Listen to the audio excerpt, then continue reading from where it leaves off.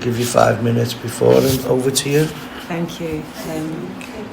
My name's Julie, I'm an addict. Hi, Julie. I was really panicking, and as the reading was going on step 12, I was like, yep, and now I can't remember any of it. And really, the head is going blah, blah, blah, blah, blah, blah, blah. Say this, say that, say this, say that. I don't know what I'm going to say. I never prepare for a step, share. I just come and share me, really, and my experience of it. And I was thinking, the message of NA was carried to me a few years before I came into recovery. My mind was so closed to any other way of life. There wasn't a drug I didn't use. There wasn't a person that I had contact with that I didn't harm. I burnt all my bridges, but still thought I could go on, And it was my ex-partner who, we were both using, and, he went to an NA meeting, and, come here, NA.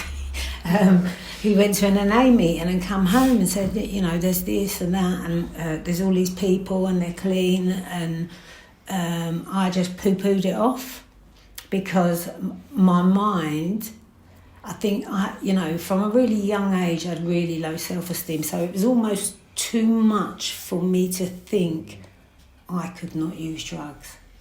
I couldn't think of going a minute without having something inside me. It was too much, too big for me, too big a dream. And the worthlessness that I felt of myself, so it just helped me to poo-poo that off and push it, not listen to that little bit of hope that, another addicts in a meeting are clean and they use like me. So I poo-pooed it off. And then I went into treatment. I went into a detox unit, and the message was carried in there. And I can remember what I was feeling, what I was thinking. And I was thinking, they never used like me. Their life was never like mine. That separation, what the addict does. They just didn't have a life like me. So that was where I was first introduced to Narcotics Anonymous. Then I went to treatment, and part of the treatment was you had to go to 3 meetings a week. And again, I went to comply, and I went out of fear because I knew that if I didn't do what they said I had to do, I was going to use. There was no question in my mind I was going to use. And then I'd let my mum down, I'd let my brothers and sisters down, and most of all I'd let my daughter down. She was 7 when I came into recovery, and she came through, my illness. I must have used for nearly 30 years, and she came through the worst of it with me, really.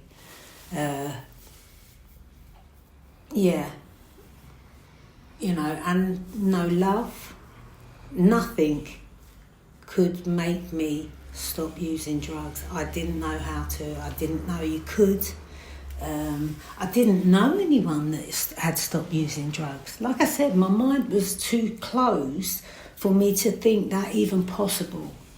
So anyway, part of the treatment was to come, and I'd come to meetings and I would sit in the back and I would have a hood over my head where I was just in absolute terror that I was going to use, but I couldn't speak that. I couldn't speak it, so I just used to sit in the back in silence. But what happened in that was, what I started to see was that was the only place that my mind would give me a little bit of reprieve. That chatter would stop. That thing inside that told me I was a piece of shit would stop, because I could hear what the other person was sharing, and what they were sharing was my story, or very similar to my story, that they use from a young age, that they'd experienced trauma, that they, you know, the love of their family, their children, nothing could stop them. That is what kept me coming back, and that they were clean. So my mind started to open to that possibility. And an old timer said to me, you know, who knew my mum and dad, had said to me, you know, welcome Julie, we've been praying for you. And I looked, I said, what? And he said, you know where they say a moment's silence for the still suffering addict? Well, that's you. You know, and that really, really hit home to me, kind of what we do here. You know, and there was nothing that I'm a shame-based person. I'm rooted in shame and guilt. You know, you're a bad mother, you're a bad daughter, you done this wrong. But not being able to say to someone, can you sponsor me? You know, because all I heard was get a commitment, get a sponsor, work the steps. But I couldn't find my voice to ask for that. And I sat in these rooms for 2 years in recovery, unable to speak. Because one, I didn't feel I was worth it. Two, I was rooted in the shame of the pain I'd caused to everybody. And three, my mind was still trying to control everything. But no matter what, I kept coming back. I just kept coming back.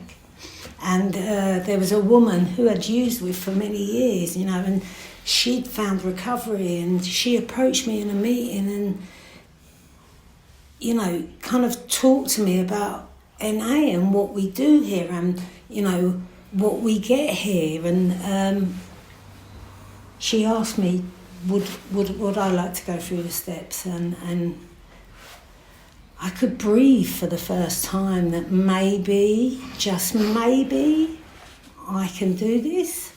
And we went through the work. First time round the steps, it was very punishing. I was punishing myself.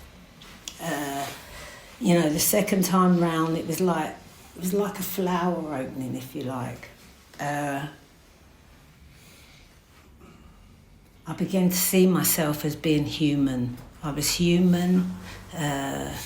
You know, what I know today is that I have a lot of trauma there, and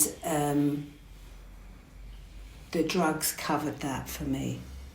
So anything, you know, that my experience of childhood, you know, the drugs just removed that. So when I put down the drugs, I was left with all that stuff. And what the steps done was that it opened me up. It helped me to find healing. It awakened my spirit. It gave me self-worth. It gave me courage to, no matter what, don't pick up.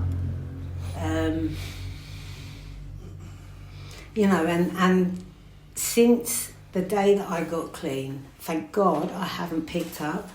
And my sponsor was really big on service. So, you know, I've done service everywhere.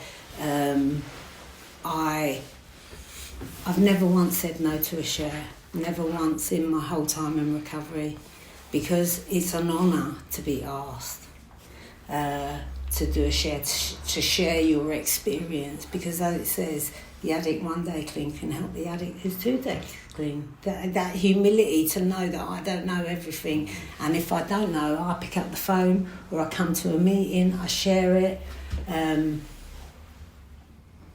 It kind of opens me up.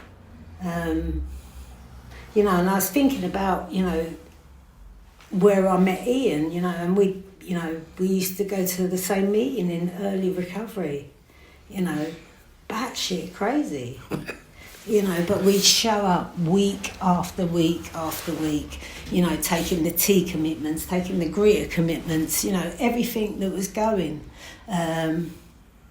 because I was that person who walked in the door and was so anxious that someone was going to speak to me. Because if you knew my story, you would hate me as much as I hated myself. And the spiritual awakening, as it said in the reading, it comes in many, many forms. My first spiritual awakening was being clean. I think maybe 2 years clean, and putting my daughter to bed and hearing the noises she makes in her sleep. I never noticed that in her whole 7 years. I never noticed the noises that she made. So that was an awakening for me. Another awakening for me was my whole life changed. The whole life, it's completely spun on its head. I've gone from a person that would rob the eyeball out of your head, would befriend you, take your bag, to a person with respect, dignity, and loyalty. Addiction, I was so selfish. Now I try and be selfless, even when I don't want to be selfless. I'm always up to do service. I have commitments. I work with girls. I take them through the work. And again, I have awakenings in them moments, because as someone is sharing their experience with me, I'm also tapping into my stuff. This program is so beautiful, and when that old timer says to me, we prayed for you long before you come here, I see the meaning of that now. Step 12 for me is really simple, because I'm a really complicated person. I overthink everything. I'll make everything 10 times worse. And I can tell you today I'm not perfect. I'm far from perfect. I still have them pockets where my defects are really sitting there. But the experience that I have helps me to walk through them and try and understand them a little bit. I'm not going to be a perfect person. I'm in a step 9. I was sharing this with Ian on the way down. I'm in step 9 at the moment, and the shame I feel around it is really, really smothering. And the shame is because I don't cause harm today. I don't cause anybody harm, but I harm myself. So it tells me still that my self-worth is still quite low, because I feel shame that I need to make amends to myself. But again, that's an awakening for me. The step 9 has helped me to see, the harms that I cause. And it's just really shameful to admit that, because I want you to think and see me as perfect. And the only way that you will see me and think about me is through my truth, because that's all I've got to give. Step 12 for me is, the steps are in the right place, and you get to step 12, and it is about, my first thing was, I can't work with another girl. I don't understand. I don't know, what was that literature all about? I don't understand. And some days today, I still don't understand. But the literature is there for a reason. The meetings are there for a reason. Listening to someone's experience, connecting with another fellow in the fellowship is, what we do here. So we do know that we're not alone. Because if you're an addict like me, my illness has me alone in my home, cornered. And then my best thinking is, okay, throw yourself out the window. That's where it goes. That's without drugs. So I need to treat that regularly, and I come here and I connect with my sponsor, and I speak my truth. I speak my truth even though it's not pretty. Today my daughter she's 26, she's a mother of 2, and I found recovery when she was 7. And you know, the joys of recovery and the awakenings is just to be able to see someone, you know, who come from a real shit place to making it. You know, the same as seeing a newcomer come in the door and then not seeing them for a little while, and then you see them a year later and, you know, they're like, yeah, I'm still clean. It's kind of like, that's what this is about. It really is. It's about, you know, sharing our experience, saying to that person, you know, it's all right. I always try and reach out to people because you never know. We get so locked up in that, well, I do, not we get so locked up in my own shit that I don't think of how others may think or feel. But when I do reach out, I get out of the way and God enters. You know, the higher power is in that space, is in that language of just hang on, just, you know, it will pass. And that for me is really what step 12 is about. It is about that connection with a loving higher power, with another person, with your sponsor, with your support network in the fellowship. You know, I didn't come in the fellowship to make friends. I come in not to use. And I have, maybe on my one hand, people in my network who I trust unconditionally. And that's enough for me. Life can be complicated enough that these girls are able to call me out on my shit. You know, when I go missing and don't show up at a meeting, they can call me out. I'm an isolator and I go into myself, they can call me out on that. They can knock on my front door and say, come on, you know, and that's the gift of recovery for me, you know, is someone loving me because I came in a really hopeless and unlovable person. And what the fellowship did is it lifted me and loved me until I could love myself. Yeah, you know, what I would say to you is don't leave before the miracle happens, man.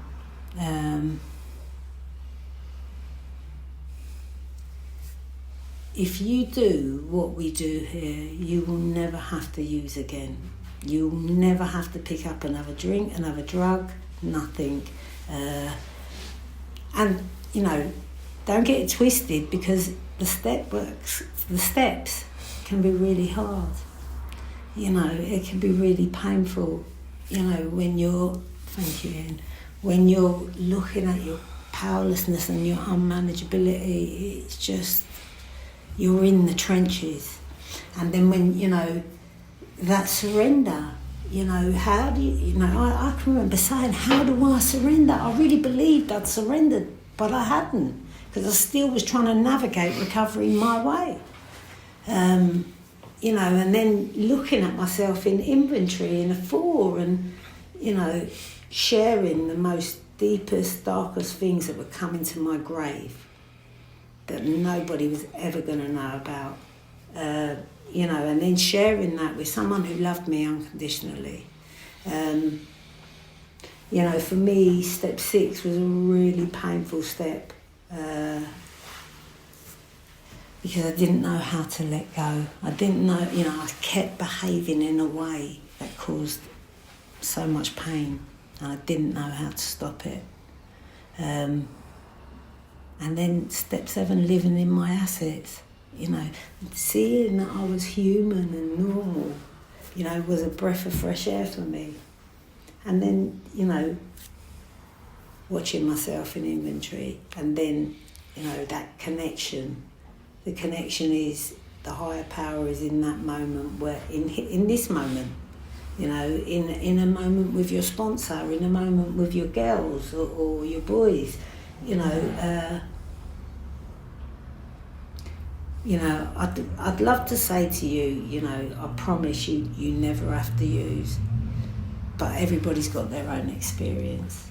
But that was my experience. I haven't used from the day I walked into this fellowship.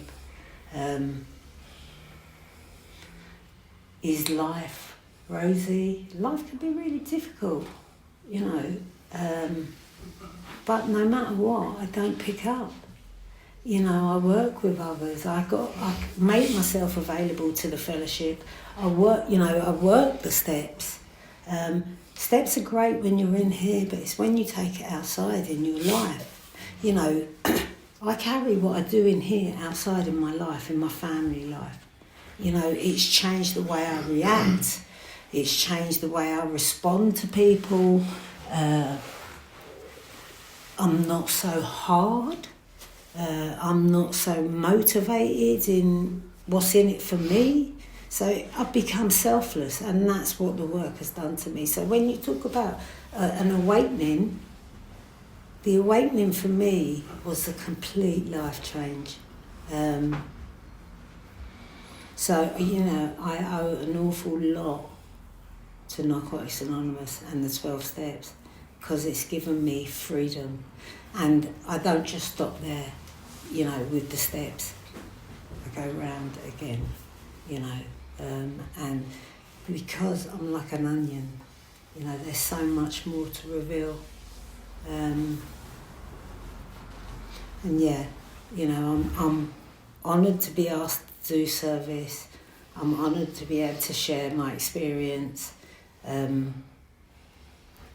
Even though, you know, I don't want to, because I don't want you to think badly of me, or I don't want, you know, but that's the addict head. So I need to come here to hear the solution, to hear what you say, what worked for you, because that might just work for me. So yeah, I hope someone got something from it. There's thousands of meetings, you know. Don't leave it there. Thanks. Thanks, Julie. Thanks, Julie.